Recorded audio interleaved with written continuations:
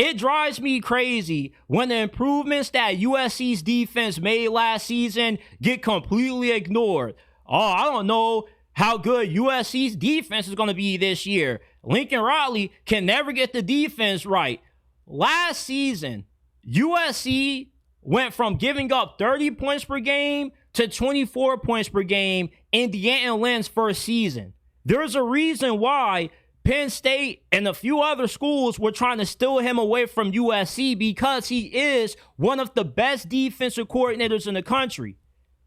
And before D'Anton Lynn arrived to South Cal, USC defense was non-existent. Alex Grinch, whatever he was calling on defense, it was just an all-you-can-eat buffet for opposing offenses with how atrocious his defensive play calling was. So you bring in D'Anton Lynn, he emphasizes improving the line of scrimmage, getting bigger, stronger, and more physical on defense, and you could see the improvement. There's no way that you could have watched USC's defense last year and not see a defense that looked much better than what it did in 2023. At least they could get stops. The issue that USC ran into in certain games, especially in the fourth quarter, was they just didn't have enough depth on the defensive line, which is why they lost to Michigan when they had that 2-point game-winning drive, or that 2-minute game-winning drive, only running the football. USC couldn't stop Michigan's ground game because they didn't have the depth, they didn't have the horses, they didn't have the bullies needed on the defensive line to slow down some of the more physical teams in this conference. Well, the biggest improvement that USC has made entering D'Anton Lynn's second season as their defensive coordinator is the talent and the depth that they've added to the defensive line. Now, with more talent and depth on this unit, USC, they're going to be better against the run. They're going to be better at getting you into obvious passing situations. They're going to be better at making sure that they don't allow teams to run the football at will in the fourth quarter.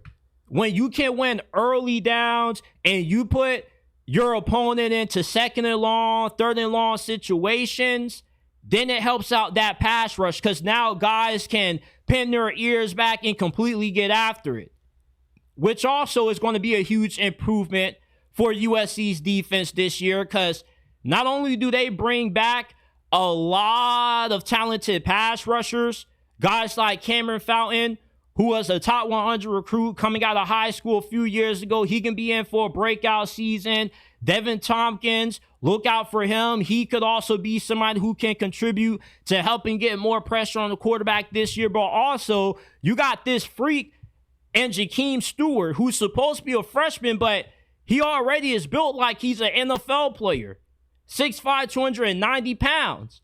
So you have a bunch of athleticism and a bunch of guys who are primed for breakout seasons year two in this D'Anton Lynn system on this defensive line. It also helps that they added 2 4-star defensive linemen and Keyshawn Silver and Jamal Jarrett out of the transfer portal. USC doesn't just have good top-end starters on their defensive line, but they also have good rotational guys, so they can rotate guys in and out and keep guys fresh, similar to what Tennessee was able to do last year. I'm not saying that this USC defensive line is what Tennessee's defensive line was last year, but they have the ability to keep guys fresh. With the defensive line making major improvements in that area, you're going to see a better overall defense, because if you can't win on the line of scrimmage, you're going to lose a lot of games. No matter how good your corners are, no matter how good your linebackers are, the game is won and lost on the line of scrimmage. USC did everything possible this offseason to ensure they don't lose a lot of games on the line of scrimmage anymore this year. You return linebacker Eric Gentry, who only played in 5 games last year and put up monstrous numbers before he went down with that injury. He's going to be a major chess piece. He's going to be a major component for this defense. He's good in coverage. He's good against the run. He's a really good blitzer. They got a talented secondary. They have a bunch of competition going on in that defensive back room. You got Kamari Ramsey who returns. He could have went to the NFL draft. You got Bishop Fitzgerald from NC State out of the transfer portal. 3 interceptions, 8 pass breakups, 35 tackles last year for the Wolfpack.